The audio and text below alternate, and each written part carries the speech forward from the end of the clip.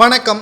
சற்று முன் கிடைக்கப்பெற்ற ஒரு மிக முக்கியமான செய்தி ஒன்று வெளியாகியுள்ளது. அதிமுகவின் அலுவலகத்திற்கு பெரும் படையுடன் பன்னீர்செல்வம் அவர்கள் நாளை காலை 10:30 மணி அளவில் செல்ல உள்ளதாக தகவல்கள் வெளியாகி இருக்கிறது. எடப்பாடி ஒரு பச்சை துரோகி, அதிமுகவில் இனியும் ஒரு நொடி கூட அவரால் பயணிக்க முடியாத அளவிற்கு போராட்டத்தை நடத்துவதற்கு பன்னீர்செல்வம் அவர்கள் திட்டம் போட்டியிருப்பதாகவும், நாளை காலை அதிமுகவின் தலைமை அலுவலகத்தில் போராட்டம் நடத்த உள்ளதாக செய்திகள் தற்பொழுது இணையதளங்களில் வைரலாக பரவி வருகிறது.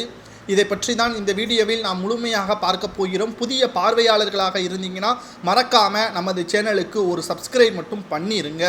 அதிமுக பன்னீர்செல்வம் அவர்கள் கையில் தான் சென்றிருக்க வேண்டும். புரட்சித் தலைவர் ஜெயலலிதா அவர்கள் மறைந்ததற்கு பிறகு சசிகலா அவர்கள் கூவத்தூரில் நடந்த கூட்டத்தின் பொழுது ஓபிஎஸ் அவர்கள் மீண்டும் முதல்வராக பொறுப்பேற்றால் நாம் சிறைக்கு செல்ல வேண்டிய சூழ்நிலை ஏற்பட்டால் முழுமையாக ஓபிஎஸ் அவர்கள் தலைமை ஏற்கக்கூடிய வாய்ப்பு உருவாகும். இதனால் தனது பேச்சை கேட்கக்கூடிய யாராவது ஒருவரை நியமிக்க வேண்டும் என்று சசிகலா அவர்கள் நினைத்தார். நினைத்தபடியே எடப்பாடி அவரது கண்ணில் பட்டார். ஆனால் அவர் மிகப்பெரிய ஒரு பச்சை துரோகி என்று சசிகலா அவருக்கு தெரியாது.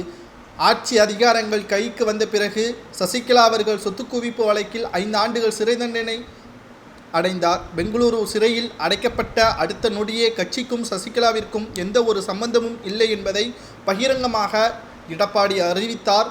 ஓபிஎஸ் அவர்கள் கட்சியிலிருந்து நீக்கப்பட்டதாகவும் கூறினார்.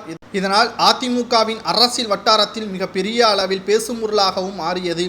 தற்பொழுது இருக்கக்கூடிய அதிமுக 90% தொண்டர்கள் இல்லாத அதிமுகவாக தான் இருக்கிறது என்பதை பன்னீர்செல்வம் அவர்கள் நன்றாக புரிந்து கொண்டார். மக்களிடமும் எடுத்து கூறிக்கொண்டிருக்கிறார். இதனால் வருகின்ற சட்டமன்ற தேர்தல் மீண்டும் அதிமுக தோல்வியடைந்து திமுக அரியணையில் ஏறக்கூடிய வாய்ப்பை உருவாக்கும். இதை எப்படியாவது தடுத்து நிறுத்த வேண்டும் என்பதற்காகத்தான் பன்னீர்செல்வம் அவர்கள் நாளை காலை 10:30 மணி அளவில் அதிமுகவின் தலைமை அலுவலகத்தில் போராட்டம் நடத்த உள்ளதாக செய்திகள் வெளியாகியிருக்கிறது.